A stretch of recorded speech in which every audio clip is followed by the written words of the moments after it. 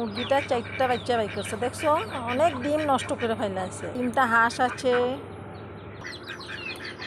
তো বন্ধুরা, শুভ দুপুর সবাইকে। তো বন্ধুরা, আজকে আমি কী রান্না করব? রান্না বেশি কিছু করব না। আজকে রান্না আমার হয়েছে সয়াবিন আলুতে তরকারি করব। তো বন্ধুরা, আজকে বাড়িতে কিচ্ছু সবজি নেই, তার জন্য এগুলি রান্না করব। ভাবছি তোমাদের সাথে একটু শেয়ার করব। তোমাদের সাথে শেয়ার করব, তখন তোমাদেরকে দেখাইতে হবে, তো তোমাদের সাথে শেয়ার করব। এই দেখো বন্ধুরা, দেখো সয়াবিনটা ধুয়ে নিয়েছি, আলু সেদ্ধ করে নিয়েছি, তারপর পেঁয়াজ আর কাঁচা লঙ্কাটা কেটে নিয়েছি। তো এই দেখো, তেলের মধ্যে পেঁয়াজ আর কাঁচা লঙ্কাটা দিয়ে দিয়েছি। দেখো, তারপর সয়াবিনটা ঢেলে দিলাম। এই দেখো বন্ধুরা, কুচি করে বেগুন পেটটা ভাজা করেছি।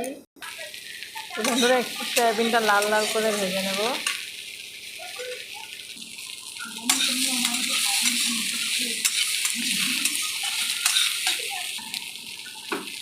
মশলাগুলো ঢেলে দেবো। তো বন্ধুরা, এখন হাত দিয়ে আলুটা চটকে নেব। দেখো, হাত দিয়ে চটকে নিতেছি আলুটা। তখন এই আলুটা চটকে নেওয়ার পরে তরকারিটা দিয়ে দেবো। এই দেখো, চটকানো হয়ে গেছে আলুগুলা। এই মশলা দেখো, খুব সুন্দর একটা কালার হয়ে গেছে। এই চটকানো আলুগুলাকে এখানে দিয়ে দেবো।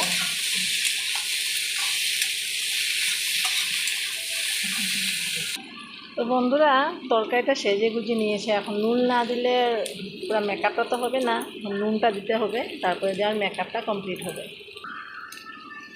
তারপরে এখন গরম মশলাটা দিয়ে দেব।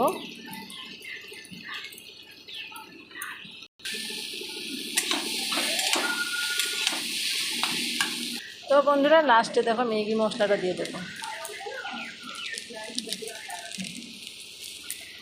তো বন্ধুরা, তরকারিটা কি সুন্দর একটা গন্ধ বেরোয়েছে, খুব সুন্দর একটা। দেখো, তখন জল দিয়ে দেব।